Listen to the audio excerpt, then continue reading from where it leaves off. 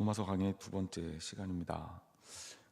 오늘 말씀 들어가기 전에 두 가지 광고 말씀 추가로 좀 드릴게요. 첫 번째는 제가 오늘 헌금 호명을 안 했잖아요. 앞으로도 웬만하면 특별한 일 아니면 안 할 생각입니다. 이유는 두 가지예요. 첫 번째는 여러분 호명 안 해도요 하나님 받으시고 다 하셔요.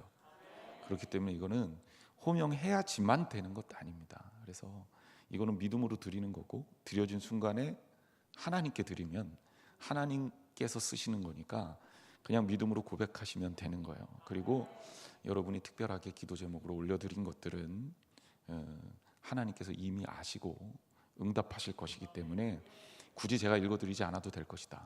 그러니까 혹시 오해하지 마시라고 말씀드리는 거고, 두 번째는 요즘에 온라인으로 이게 송출이 되는데 어떤 의미에서는 개인적인 사적인 내용이 또 누구는 또 헌금이 하고 또 누구는 온라인으로 하고 이렇게 했는데 누구는 소개하고 누구는 또 안 하고, 이것도 맞지 않고 사생활 보호 측면에서도 안 맞아요.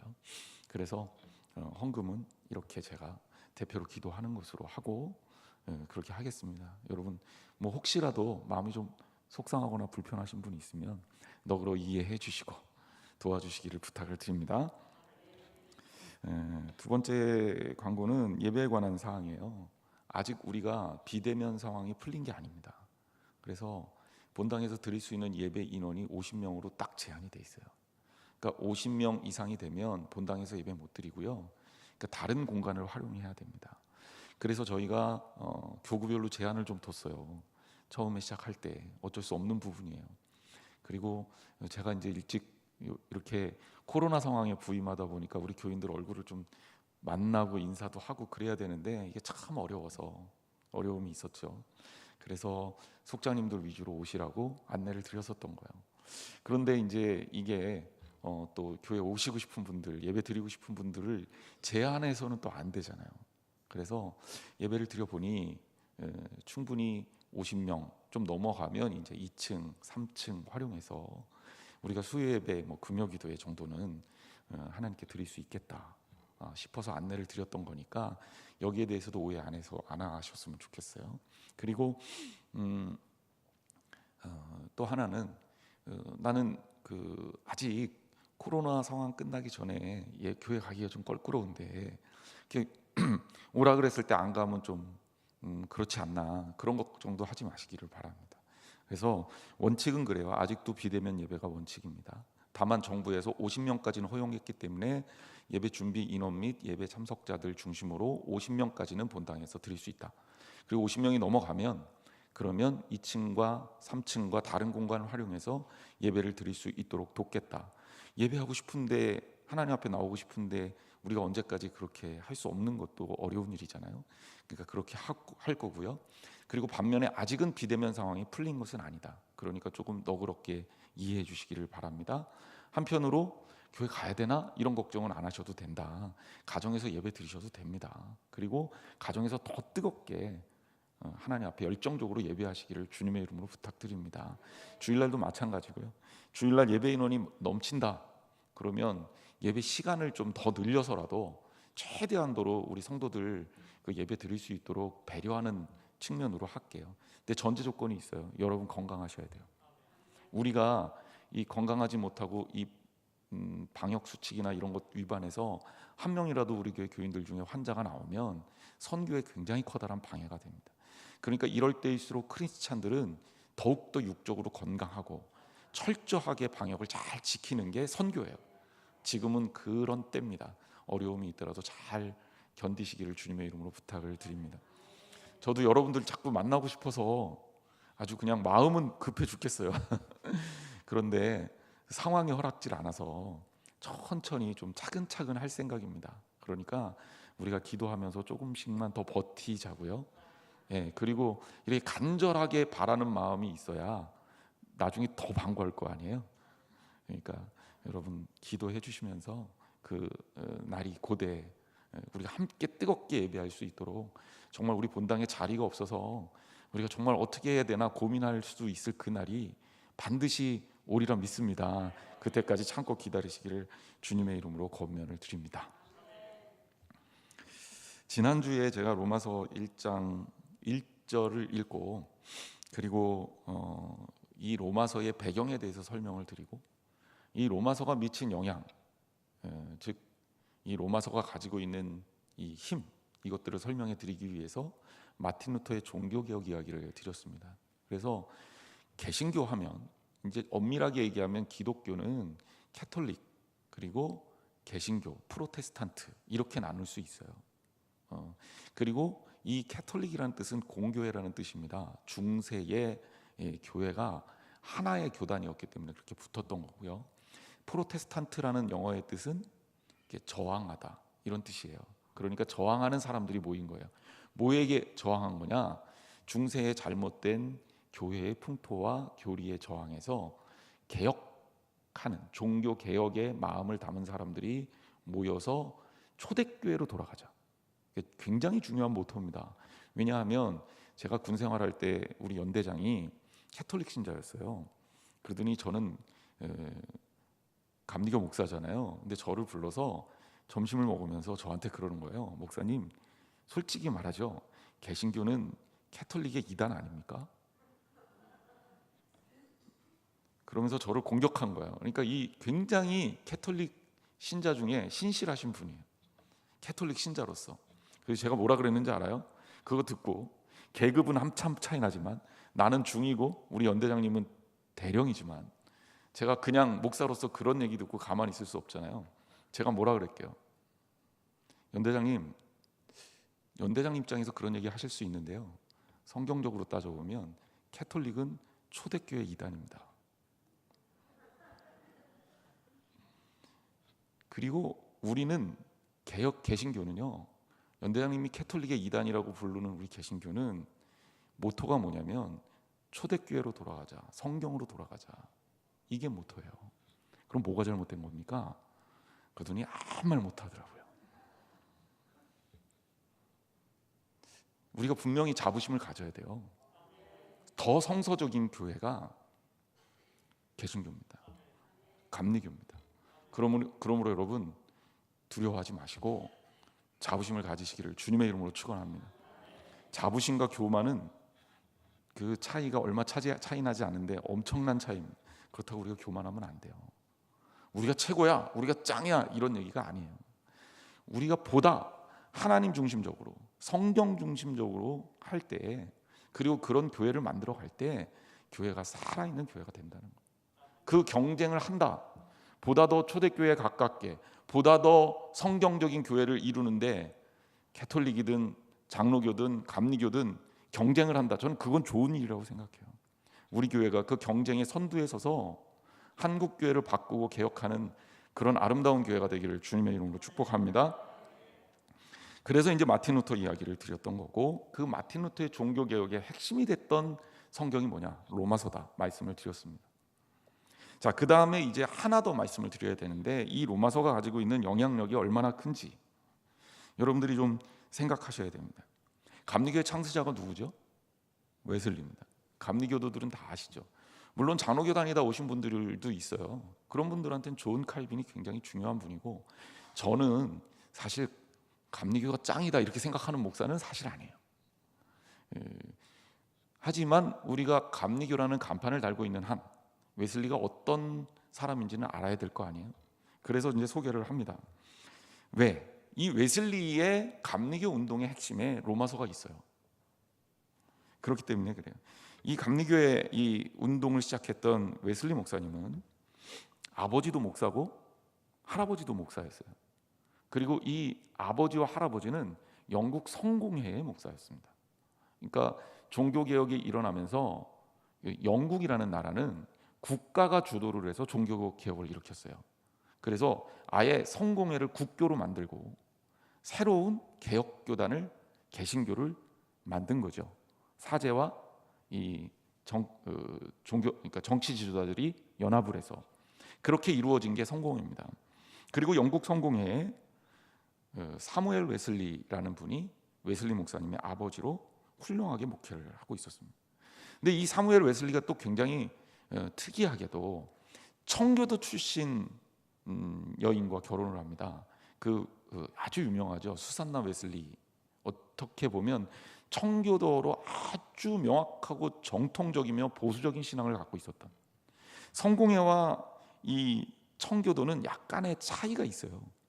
차이가 있음에도 불구하고 둘이 결혼해서 아름답게 가정을 이룹니다. 얼마나 둘이 사이가 좋았는지 이제 놀랄 준비하세요. 혹시라도 너무 놀라서 쓰러지실까 봐 제가 예고를 드립니다. 자녀가 19명이었습니다. 상상하기 어렵죠. 1년에 한 명씩 자녀를 출산해도 내리 19년 동안 아이를 출산하고 늘 임신해 있었다는 걸 가정해도 말입니다.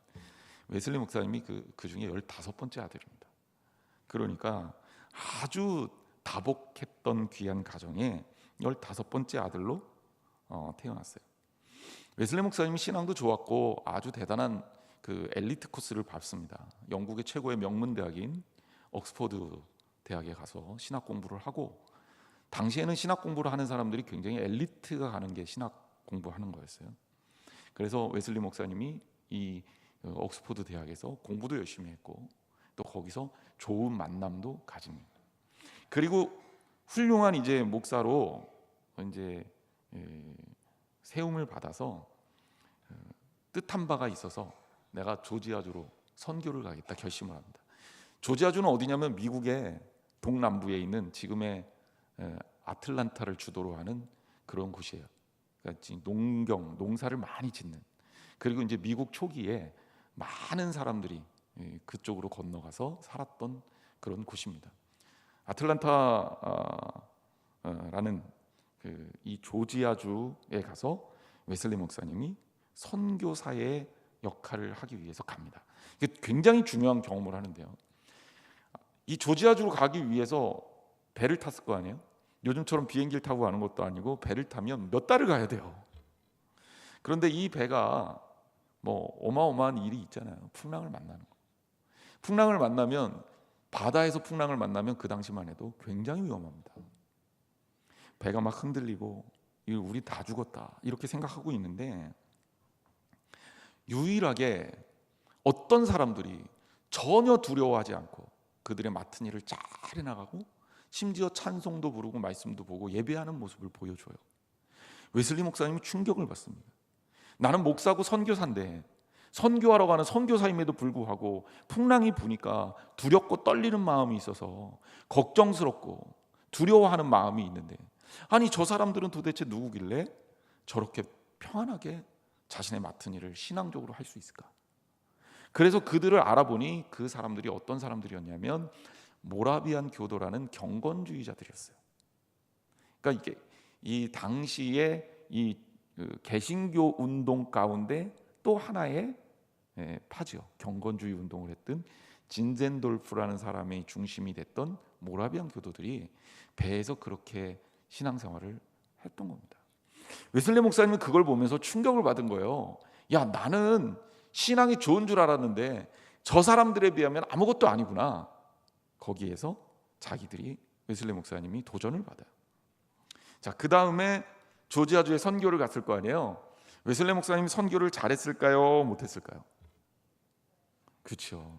웨슬리 목사님이 선교를 망쳤습니다. 원래 스토리상으로 처음에 가서 선교를 너무 잘하고 오면 나중에 큰 사람이 못 돼요.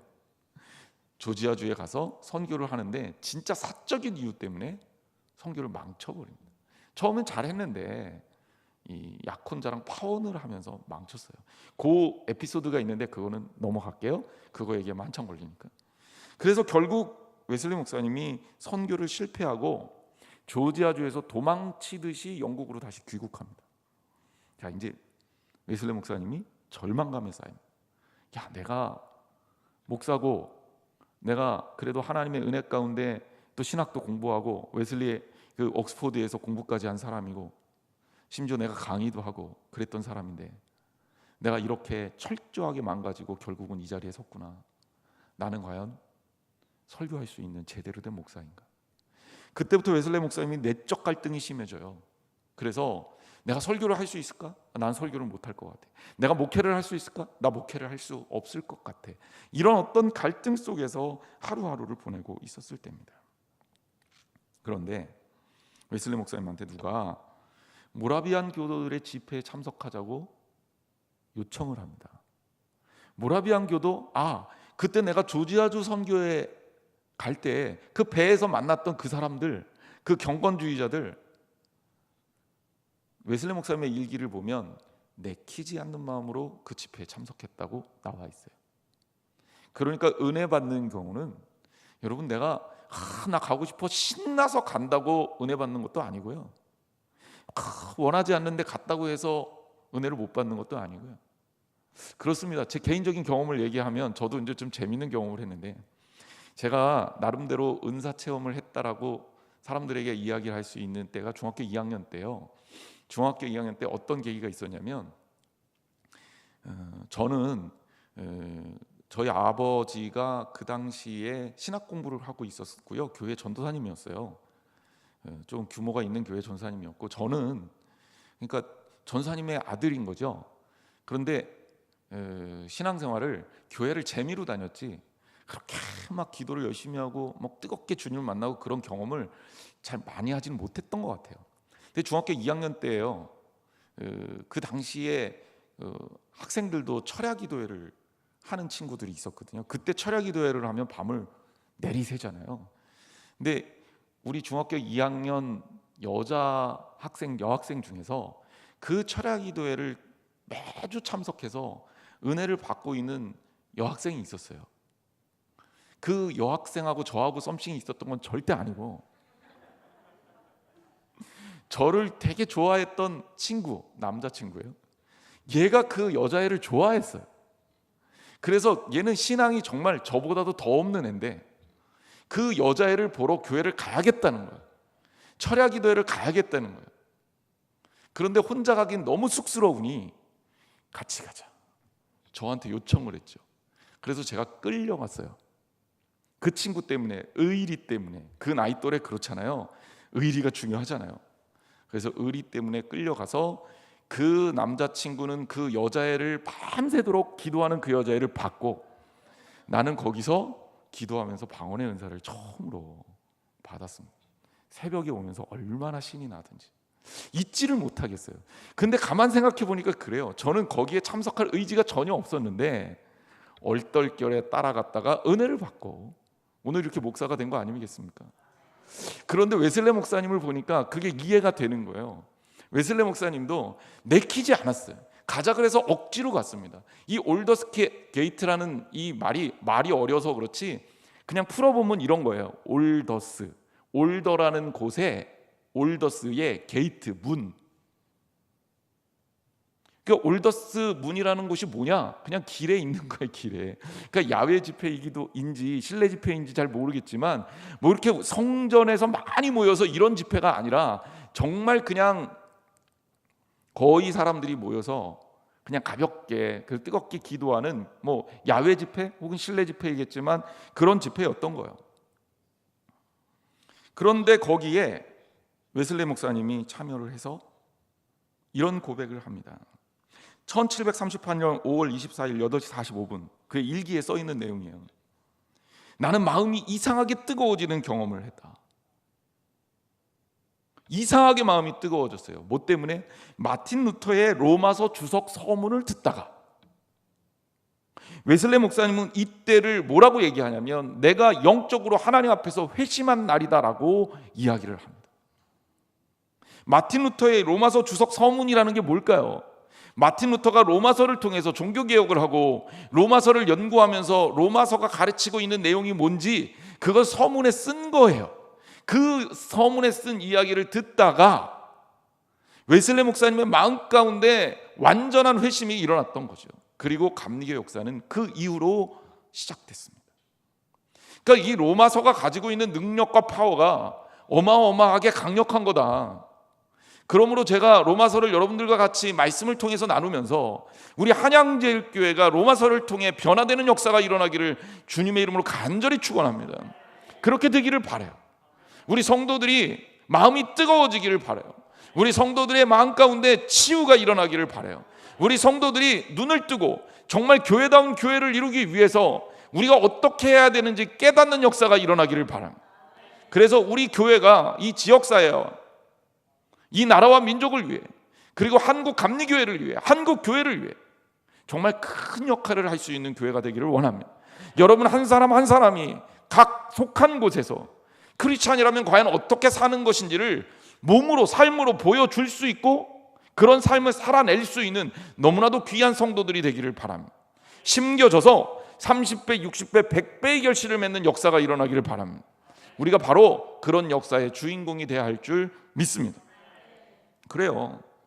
감리교 운동을 일으켰던 웨슬레 목사님 이후에 물론 여기에 대해서는 역사학자들의 논쟁거리이기는 하지만 역사학자 알레비라는 사람이 이런 표현까지 했어요. 프랑스와 영국을 비교했을 때 프랑스는 피해 혁명을 했습니다. 대혁명을 했죠. 영국을 가리켜서 뭐라 그러냐면 영국 사람들이 아직도 자랑스럽게 생각하는 게 뭐냐면 우리는 피를 흘리지 않고 혁명을 했다. 그걸 명예혁명이라고 해요. 근데 역사학자 알레비는 무슨 얘기를 하냐면 영국이 피를 흘리지 않고 혁명을 할 수 있었던 이유는 웨슬레 목사님의 감리교 운동이 커다란 역할을 했다. 이런 표현을 합니다. 왜 그런가 제가 공부를 좀 해보니까 웨슬레 목사님의 감리교 운동은 그냥 감리교인이 많이 모였다 이걸로 끝난 게 아니에요. 감리교인들의 삶이 바뀌었어요. 삶이 바뀌면서 어떤 역사가 일어났냐면 웨슬레 목사님의 주로 감리교도들의 삶은 탄광촌이나 혹은 굉장히 빈민층을 중심으로 해서 처음에 시작이 됐거든요. 근데 이들의 삶이 변화가 되면서 어떤 역사가 일어나냐면 이들이 하류층에서 중산층이 된 거예요. 그러니까 하류층이 어떤 사람들의 삶이 중산층으로 끌어올려지면서 사실 이제 피해 혁명이라든지 이런 역사적 혁명이 일어나는 그 과정, 뭐 마음에는 안 들지만 공산주의 혁명도 일어났고 또 우리가 얘기하는 대혁명, 프랑스의 대혁명도 일어났고 또 우리나라도 그런 민주화라는 이 혁명 과정을 거치지 않았습니까? 근데 수많은 사람들이 피를 흘렸잖아요. 이런 일들이 왜 일어나냐면 여러 가지 이유가 있지만 가장 커다란 건 빈부격차가 문제예요. 못 사는 사람들이 견딜 수 없을 정도로 못 살면 결국 우리에게 빵을 달라 이러면서 나오는 거거든요. 근데 이 웨슬레 목사님의 감리교 운동을 통해서 영국의 수많은 하층 계급들이 중산층으로 자라나고 성장했어요. 삶이 바뀌었다는 얘기예요. 탄광층에서 일하는 사람들이 막장 인생을 살았잖아요. 우리가 막장 인생이라고 그러잖아요. 그래서 사회적으로 몰릴 대로 몰려서 갈 때까지 가는 사람들이 탄광에서 일하는 사람들이라고 우린 일반적으로 알고 있어요. 그런데 그들이 복음을 듣고 변화가 되기 시작한 거죠. 그 제가 개인적으로 알아보니까 탄광촌에서 일하는 사람들이 이 보수가 적은 게 아니더라고요. 그런데 뭐가 문제냐면 이거 가지고 노름하고 술 마시고 그러다면서 돈을 다 탕진해버려요. 이 인생에 소망을 둘 데가 없으니까. 근데 웨슬레 목사님의 감리교 운동은 그들의 삶을 통째로 바꿉니다. 왜? 소망이 생겼다는 거잖아요. 이게 감리교고 이게 기독교예요. 소망이 없을 것 같으면, 꿈이 없을 것 같으면 어떻게 삽니까? 하지만 하나님 안에서 꿈을 꿀 수 있는 사람은 절대로 좌절하지 않아요. 넘어져도 다시 일어나죠. 왜? 하나님은 우리를 붙드시는데. 우리가 두려워할 게 뭡니까? 우리는 일시적으로 넘어질 수 있어요. 낭망할 수 있어요. 하지만 절대로 우리는 거기에서 끝나지 않습니다. 왜냐하면 하나님의 손길이 우리를 붙들기 때문에. 이것이 믿음이고 이것이 소망입니다. 여러분 어떤 어려움이 있더라도 반드시 이겨내야 할 줄 믿습니다. 이겨내시기를 주님의 이름으로 축원합니다. 이게 교회입니다. 오늘날 우리 교회가 가야 할 길이 바로 이런 길이다. 자, 그래서 로마서는 우리 감리교회에는 더욱더 소중한 역사적 연관성이 있다라고 말씀을 드리고 싶습니다. 자, 그 다음에 오늘 이제 본문으로 들어갑니다. 로마서 1장 1절에 보니까 사도 바울이 이렇게 시작합니다. 우리 같이 한번 읽어볼까요? 로마서 1장 1절 시작. 예수 그리스도의 종 바울은 사도로 부르심을 받아 하나님의 복음을 위하여 택정함을 입었으니.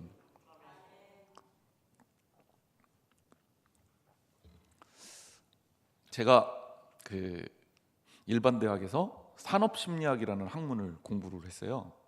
근데 산업심리학이라는 학문을 공부하려면 필수 과목으로 들어야 되는 것 중에 경영학, 원론, 혹은 제가 이제 산업심리학이니까 구매행동론 이런 것들이 있어요. 소비자 심리 이런 것들. 제가 왜 이야기를 하냐면 이야기를 좀 드리고 싶어요. 물건을 만들어서 사람들한테 팔려면요, 이 물건을 왜 만들었는지를 알아야 돼요.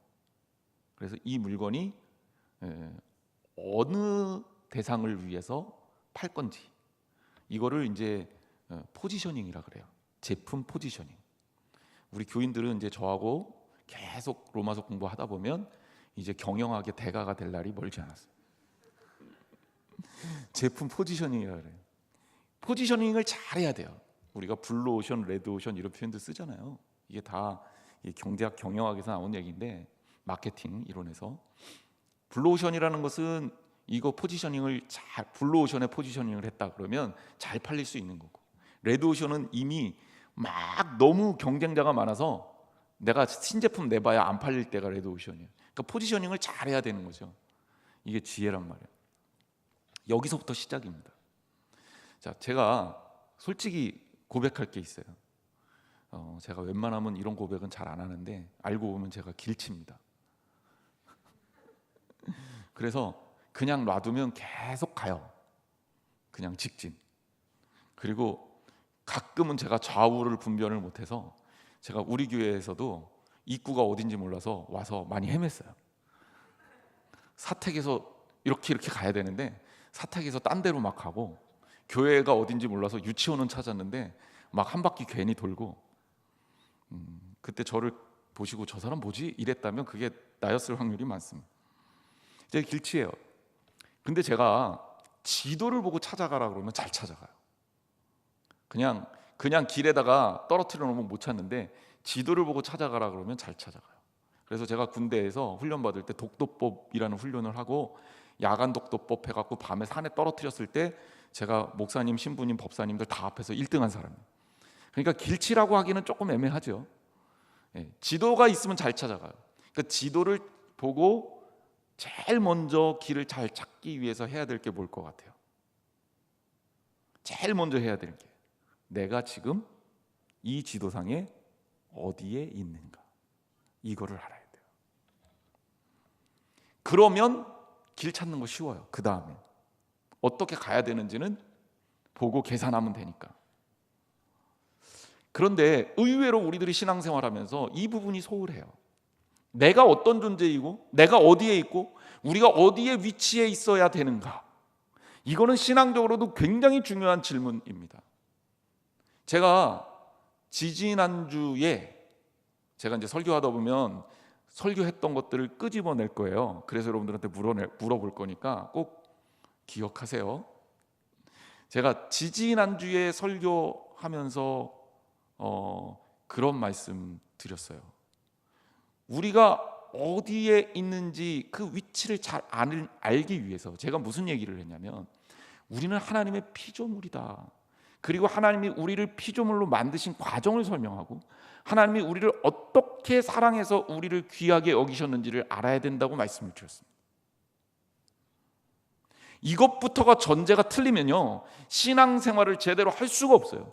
내가 어디에 있는지를 알아야 우리가 하나님과의 관계도 제대로 맺을 것 아닙니까? 우리가 어디에 위치해 있는, 신앙적으로 어떤 위치인지를 알아야 교인들과의 관계도 제대로 맺을 것 아닙니까? 그래서 제가 말씀드렸잖아요. 나도 하나님의 사랑을 듬뿍 받은 사람인데 얼만큼 받은 사람이냐? 예수님의 피값으로 변제된 사람이에요. 그러니까 내 가치가 얼마나 귀합니까? 그런데 나뿐만 아니라 여러분 함께 신앙생활하는 옆에 성도들도 예수 그리스도의 피값으로 변제된 사람. 그러니 이 사람이 나를 좀 서운하게 했다 하더라도 나는 그를 사랑해야 되는 거예요. 왜? 그는 하나님의 자녀고 하나님께서 사랑하신 존재고, 심지어 그를 위해서 예수 그리스도가 죽으셨기 때문에. 그래서 사람을 사랑하지 못하고 무시하는 것은 하나님께서 정말 기뻐하지 않는 일입니다. 내 이웃을 내 몸과 같이 사랑하라, 원수를 사랑하라, 남에게 대접받고자 하는 대로 남을 대접하라. 이 성경 메시지가 그냥 나온 게 아니라는 거죠. 70번씩 7번이라도 용서하라는 거예요. 그러니 여러분, 내가 어떤 위치에 있는 게 하나님의 뜻에 합당할까, 나는 과연 어떤 존재인가, 이걸 안다는 건 굉장히 중요하잖아요. 그렇죠? 그래서 제가 지지난주 설교할 때 그 말씀을 드렸던 거예요. 하나님 우리 사랑하는 증거가 뭐냐? 우리가 하나님의 피조물로 지음을 받았다라고 성경에서 말하고 있는데, 그러면서 그 말씀을 드렸던 거예요. 한편으로 우리가 잊지 말아야 될 것, 그렇기 때문에 잊어서는 안 되는 건 뭐냐? 우리는 하나님의 피조물이라는 사실. 따라합시다. 우리는 하나님의 피조물이다. 피조물은 조물주가 있을 때 의미가 있어요.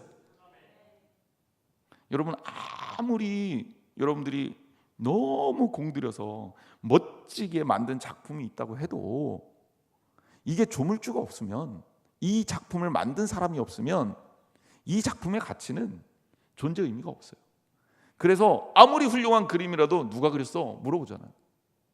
그래서 유명한 사람이 그렸으면 그림 가치가 천정부지로 뛰어오르는데, 아무리 멋있어 보는 그림도 저거 누가 그렸어? 몰라? 그러면 가치가 어떻게 나가요? 안 나가요? 안 나가요. 우리 존재라는, 우리 인간이라는 존재가 하나님을 배제하고는 절대로 가치가 있을 수가 없어요. 그래서 진화론, 창조론의 문제는 과학적 논쟁의 문제가 아니라 사실은 신앙의 문제입니다. 하나님을 인정하면 하나님께 지음을 받았다라는 걸 받아들일 수밖에 없고, 하나님께 지음을 받았다라는 것을 받아들이면 삶의 희망과 목적과 의미가 생겨요. 그런데 우리가 진화론이라 그래서 그 진화론을 따른다고 학생들이 학교에서 배우지만, 원숭이가 진화해서 내가 됐고 나는 뭐예요? 이 땅에서 살다 죽으면 끝난다고 배우게 되면 세상에서 추구할 게 뭡니까? 세상에서 추구해야 될 가치가 뭡니까? 삶의 희망이 있어요, 없어요? 재미가 있어요, 없어요? 요만큼도 희망을 둘 곳이 없어요. 나이를 들어감에 따라 우리는 하나님 나라에 갈 거라는 희망을 가지고 살잖아요. 크리스찬의 삶이 그렇지 않습니까? 그리고 나이가 들어감에 따라 더더군다나 하나님 앞에서 빛이 나는 게 당연하지 않습니까? 하나님 나라와 가까워지는데, 물론 육신은 후패하지만 영은 새로워질 수밖에 없는 거예요. 그게 크리스찬의 삶의 모습이에요. 그러니 여러분, 나 나이 들었어, 늙었어, 에휴 늙은 사람이 뭐해요, 이런 얘기 절대로 하지 마세요. 제가 가끔 교인들한테 하는 얘기가 있어요. 하나님 앞에 은퇴 없어요. 교인들이 은퇴하는 게 어디 있습니까? 우리 장로님들 이름은 이제 은퇴하셔서 원로 장로님으로 모시지만, 하나님 앞에서는 물론 교회 실무에서 법적으로 이제 좀 쉬시는 거죠. 그렇지만 하나님의 일에 있어서는 뒤로 뺄 이유가 하나도 없습니다. 그 기억하셔야 돼요. 여러분, 우리가 언제까지 일해야 됩니까? 하나님이 부르시는 그날까지. 주님이 필요하시다면 쓰임 받는 겁니다. 그래서 저도 은퇴 무시하고 끝까지 하겠다 이런 얘기 안 하니까 걱정하지 마시고, 은퇴 이후에 어떻게 하나님께 영광을 돌려야 될까를 벌써부터 고민하고 있어요. 그리고 준비하고 있어요.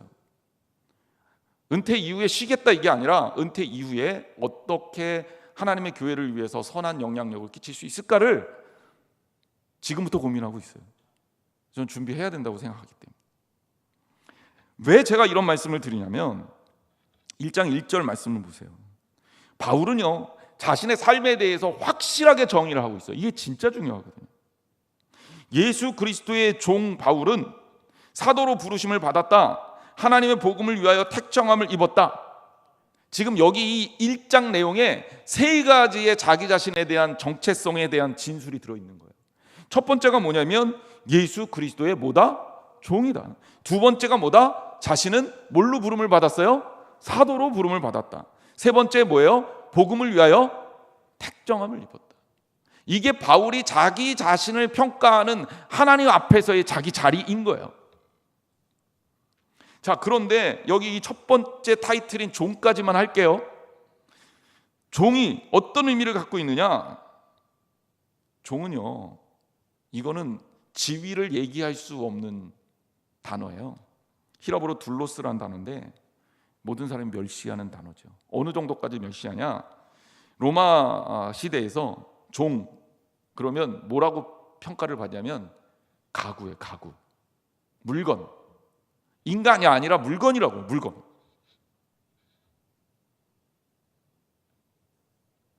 그래서 어떤 역사가가 이런 정리를 했다 그래요.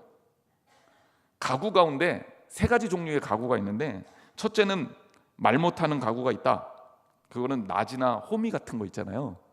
이게 이제 농기구 이런 것들이 가구인 거예요.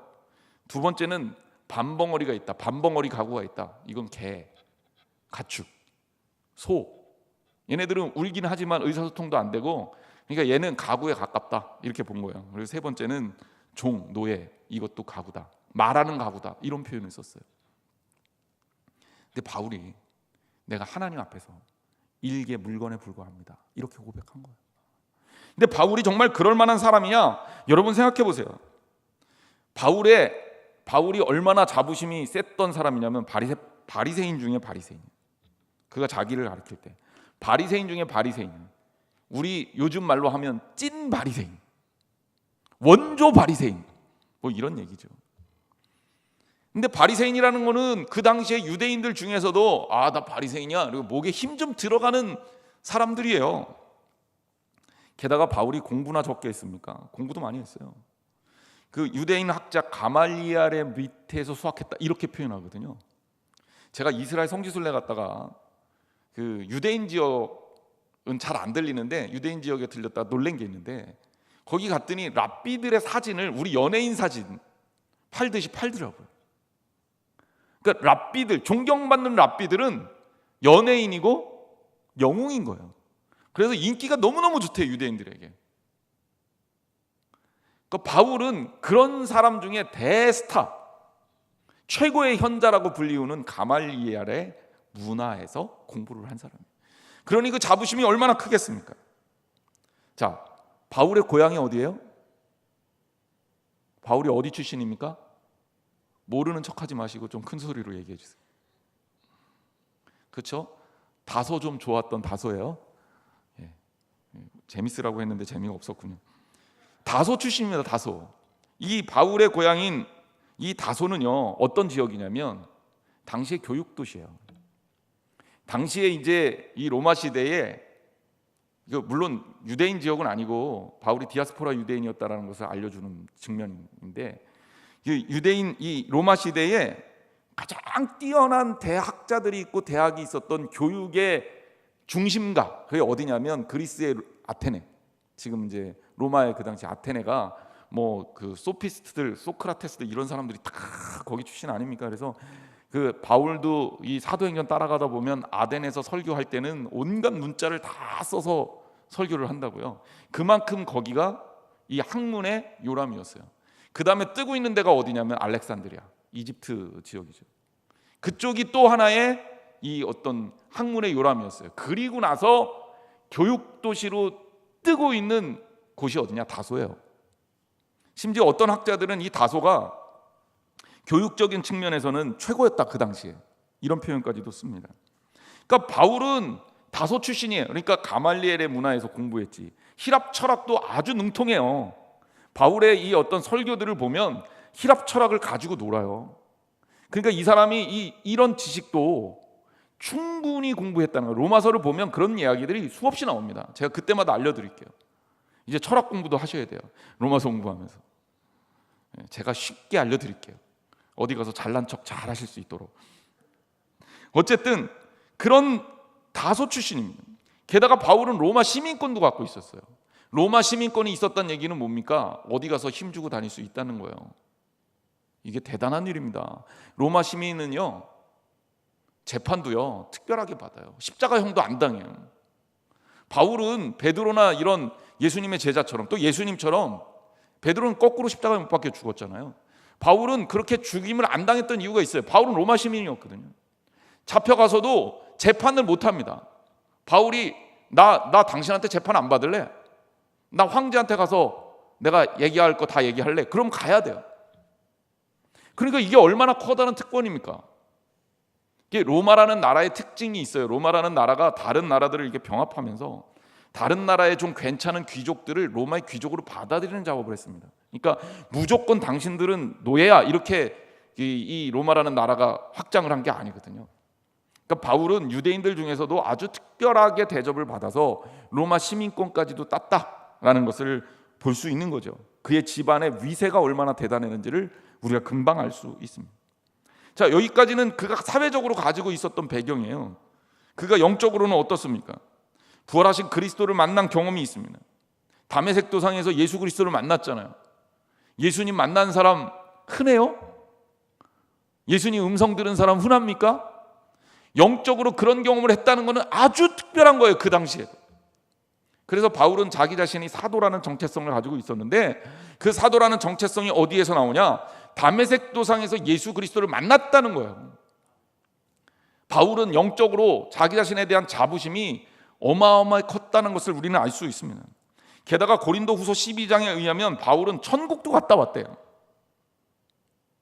요즘에도 천국 갔다 오면 책 써요. 그러면 책만 잘 쓰면 이거는 어마어마하게 팔립니다. 한때 옛날 얘기지만 펄실 콜레라는 사람이 내가 본 천국 그래갖고 세계적인 공전에 대해 히트를 기록했던 적도 있잖아요. 그만큼 천국을 갔다 왔다라는 그 체험을 했다라는 것은 아주 특별하고 귀한 체험 아닙니까? 근데 바울은요, 이런 체험들을 그 당시에 이미 한 거예요. 그럼 여러분, 그가 교만하려고 따졌으면 얼마나 교만할 수 있었을까? 그가 가지고 있는 유대인의 율법에 대한 지식, 그의 학문적 배경, 내가 어느 대학 출신이야? 우리식으로 따지면 내가 어느 대학 출신이야?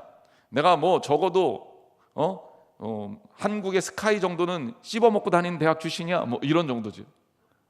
그리고 그가 자란 집안도 내가 말이야, 니들하고는 질이 달라, 이렇게 얘기할 수 있는 그 집안에서 컸고, 그가 자란 환경도, 예수님은 갈릴리에서 목수의 아들로 컸으니 처음에 복음 증거할 때 사람들이 뭐라 그랬냐면, 야, 갈릴리에서 선한 게 나겠어?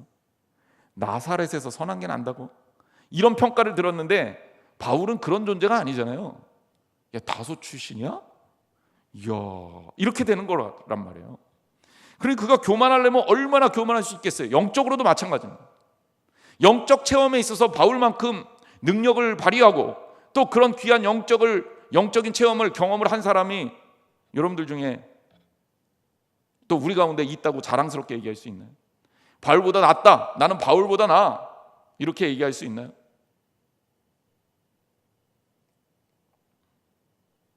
물론 제가 가끔 농담처럼 그럽니다. 아직 제 설교 듣다가 창틀에서 떨어져 죽은 사람은 없으니까. 그래도 내가 설교가 바울보다는 조금은 재밌는 거 아니겠느냐, 이런 농담 같은 얘기 하지만 그건 진짜 농담이고, 누가 바울 선생님 앞에 명함을 내밀겠어요? 제가 어떻게 명함을 내밉니까? 하나님의 사랑을 아무리 받았다 그래도, 제가 공부를 좀 했다 그래도 바울 선생님 앞에는 명함을 내밀 수가 없어요. 그 능력과 그 어떤 사역의 규모나 그 어떤 헌신도나 쓰임받는 그 모습 비교가 안 되죠. 그런데 그 대단한 바울이 하나님 앞에서 고백하기를, 나는 예수 그리스도의 종입니다, 나는 예수 그리스도의 가구입니다 라고 얘기하는 거예요. 이 말은 한마디로 얘기냐면, 나는 그냥 예수님의 말씀이라면 절대 복종하겠습니다, 절대 복종하겠습니다 라고 고백하는 거예요. 이 복종이 은혜로 되는 거예요. 저는 사실 복종이라는 말보다는 순종이라는 말을 훨씬 더 좋아합니다. 복종은 그거잖아요. 이런 마음도 있는 거 아니에요? 야, 나는 마음이 불편한데 억지로 내가 참자, 그러고 하는 거잖아요. 목사님 말씀이니까 내가 그냥 하는 거지, 목사님만 아니면, 이러면서 하면 그럼 그 마음에 은혜가 있겠습니까? 그래서 저는 순종이라는 말을 훨씬 더 좋아요. 마음이 주님의 마음에 닿아서 내가 마음의 기쁨으로 기꺼이 그 뜻에 따르는 것, 우리가 그렇게 순종해야 할 줄 믿습니다. 근데요, 바울 사도는 심지어 내가 주님의 종으로서 살겠다라고 아예 이 로마서의 첫머리에 그냥 딱 못을 박는 거예요. 그리스도 예수 앞에서 나는 그냥 일개 가구입니다, 말하는 종입니다, 말하는 가구입니다. 여러분, 제가 지난주에 그런 얘기 했어요. 채워갖고 오면 하나도 못 받아요. 나 이런 사람인데 내 생각, 내 판단, 내 걱정, 내 근심, 또 나의 존재감, 이런 거요, 이거 갖고 가득 채워서 들어오면, 그러면 여기에 하나님의 은혜가 부어지지를 못해요. 부으면 어떻게 될까요? 넘치죠. 다 흘러요. 다 흘러요. 제가 목회를 하면서 정치인들이 가끔 교회에 온다고 해서 소개한 적이 없습니다.